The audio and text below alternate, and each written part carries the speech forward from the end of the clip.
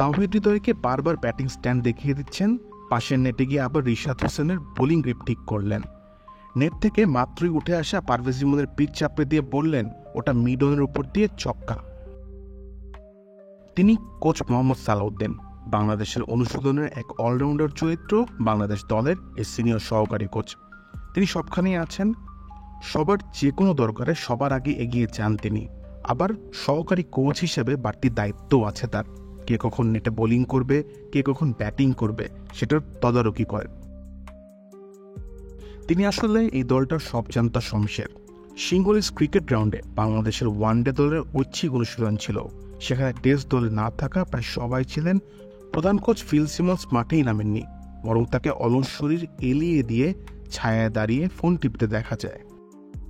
আর এটা ওটা না, কাপড় ধোয়ার একটাই সলিউশন, চাকা অল ইন ওয়ান।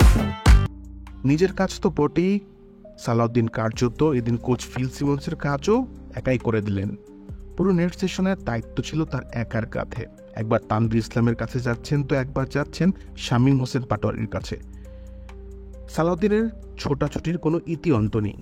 এমনিতেই বাংলাদেশের খেলোয়াড়দের প্রিয়পাত্র এই সালাউদ্দিন স্যার। সাকিব আল হাসানের শৈশবের কোচ হিসেবে পরিচিত সালাউদ্দিন জাতীয় দলে আসার আগে থেকেই তার শিষ্যদের প্রতি বেশ আন্তরিক। আর জাতীয় দলের দায়িত্ব নেওয়ার পর তিনি নিজেকে উজাড় করে দিয়ে যাচ্ছেন প্রতিনিয়ত। হ্যাঁ, এটা ঠিক, সালাউদ্দিনের এখন পর্যন্ত সরাসরি কোনো সাফল্য নেই বাংলাদেশের হয়ে, বরং তিনি দায়িত্ব নেওয়ার পর থেকে পারফরমেন্সের গ্রাফ বাংলাদেশের নিম্নগামী। বাংলাদেশের ধারাবাহিকতা ফিরছে না কেন? এই প্রশ্নের জবাব পাওয়াটাই এখন সালাউদ্দিন ও বাংলাদেশের মিসিং লিঙ্ক। শ্রীলঙ্কার কলম্বো থেকে কাউসার মুজিব, খেলা ৭১।